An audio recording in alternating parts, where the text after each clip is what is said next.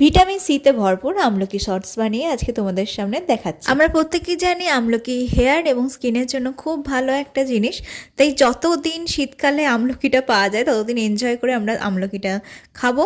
তোমাদের আমলকি শর্টস বানাতে লাগছে সামান্য পরিমাণ আদা কুচি, তারপর দিয়ে দিলাম আমলকি যেটা কুচি করে রেখেছিলাম, আর দিলাম রোস্টেড জিরা পাউডার, আর দিচ্ছি সামান্য বিট নুন, আর তার সাথে একটু মিষ্টি করার জন্য দেবো এখানে গুড়।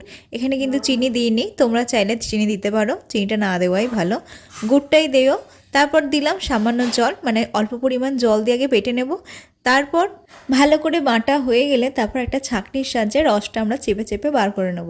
এখানে আমরা যেহেতু দুজনের মতো বানাচ্ছি তাই 4টে আমলকি নিয়েছি। এবার রসটা 2টো কাপে সার্ভ করে দিলাম, তার উপর একটুখানি ছড়িয়ে দিলাম রোস্টেড জিরা পাউডার। তাহলেই আমাদের তৈরি শীতকালের জন্য পারফেক্ট একটা আমলকি শর্টস। তো কেমন লাগলো আমাদের এই হেলদি শর্টস অবশ্যই কিন্তু কমেন্ট করে জানাতে একদম ভুলো না।